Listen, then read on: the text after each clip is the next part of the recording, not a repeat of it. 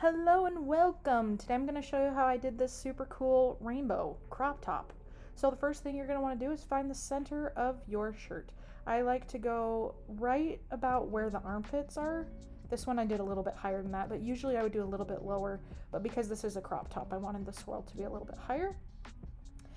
I just pinched the fabric right there and twist it. This fabric is wet. It was soaked in soda ash, and so it is damp. It's not dripping wet, it is damp, and so that's why it's kind of sticking to the table, which is what I like. I like to twist my spirals like that. So then I just have some painter's tape here, and I'm just taping around the outer edge. The good thing about painter's tape is it doesn't stick to the fabric, but it does stick to itself. So you can see once I get it all the way around here, it'll kind of stay in place. Part of the reason why I like painter's tape is because it's obviously really easy to make different lengths, but also it doesn't smash the spiral like rubber bands would. So here I'm just drawing out how many wedges I need, and you can see I'm going from the center of the spiral, which isn't necessarily the center of the circle.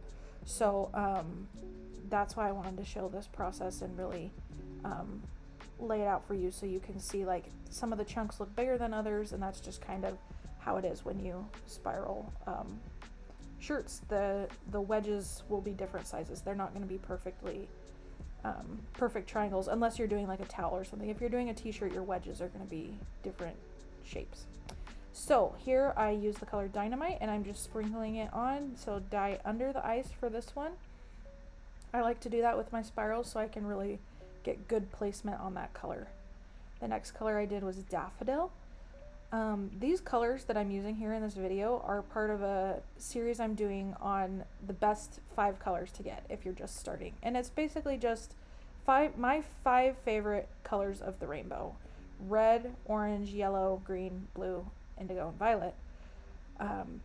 Here's green. So, but instead I just did red and orange, a blue green, which is really, you'll see this one is really more green, a blue, and then a purple. So those 5 colors are my kind of staple. Like if I want a solid green, this is the green I choose. If I want a solid red, I get Dynamite. So I've got a couple other projects coming with these as well, and watch out for a video as well that just kind of explains why I choose these colors and maybe some projects you can do with just those 5 colors. This one's hard to see, but this one is Cobalt Blue. It was under my sink when it broke, and so the sticker got all scawampus, and I haven't replaced it yet. But you know what? Taking note right now, I will do that as soon as I finish recording this voiceover. All right. You can also see I'm not totally covering the whole fabric in the color. Here's Powerberry. You can still see a little bit of white space. I tend to be a little bit light-handed, but I do that. I go a little bit light-handed. I add the ice, and if the color still has not gone through, I might add some more color. But with this one, this is all the color it needed. You don't want too much dye because you can't take dye out, but you can always put more in. That's my philosophy. That is not everybody's philosophy, but that is mine. So here I'm just adding the ice on top of this spiral, and this is bagged ice. I also have another video comparing different types of ice.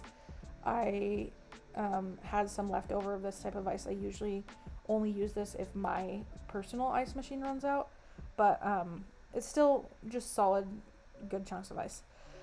All right, so you are going to let this ice melt for at least 24 hours, and then you are going to begin your rinse out process. I also have a video that breaks this whole thing down, so you don't have to listen to my whole spiel every time. But if you don't know, the way I rinse things is I rinse in cold water, and then I rinse in hot water.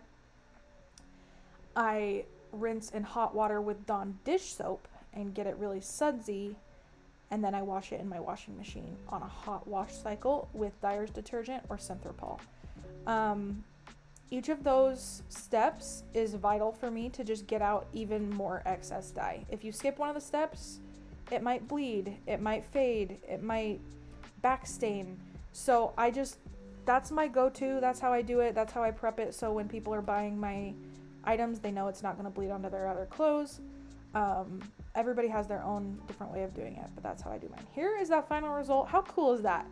Just really solid colors. I really like this one a lot. Thanks so much for watching. If you have any comments or questions, please reach out. We'll talk to you soon. Thank you so much for checking out this video. If you have any questions whatsoever, please comment below. I love to answer all sorts of questions. Also in the link below, there is a free printable just for you, 12 of my very favorite folds. It's an ebook written out just for you. All I need is your email and I'll send it right to your email. I also have an Etsy store. If you liked what was in this video, it might already be gone, but there might be something else that you love in my store. So check that out. Thank you so much for supporting me. We'll see you next time.